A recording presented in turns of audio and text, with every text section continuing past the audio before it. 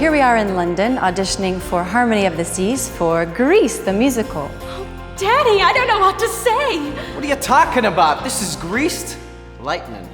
Ah, jeez. We ask our guests really what they want to see, and this was shouting at us, Grease the musical. It is such an amazing collection of music, and of course the acting in the show is incredible. Look, Sandy, I had to bust Kaniki's arm to get the car for tonight. The guys are really PO'd at me. Danny, from a young age, has always been a part that in my head I would love to play one day. Grease was the first musical I ever saw.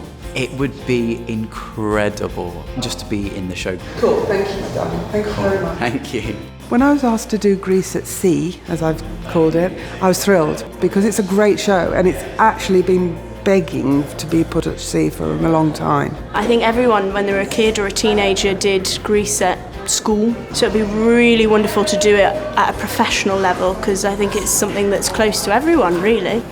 I still get more excited by him, but what you get is all the charm and the extra so much versatility. You hear of the Royal Caribbean shows and everyone always says they come back from a holiday and they go, that was incredible. They'll go, I saw the show and it was just amazing. When you come to Royal Caribbean, and I've seen all the shows now and I have a hand in the casting of all of them, you're seeing Broadway at sea. You're seeing the West End at sea, and people walk away and like, wow. We've seen hundreds of people and we've really narrowed it down to finding our leads and our principals and also finding the ensemble who really support the production. We're in a great place, so we're really fortunate. I cannot wait to see them on stage.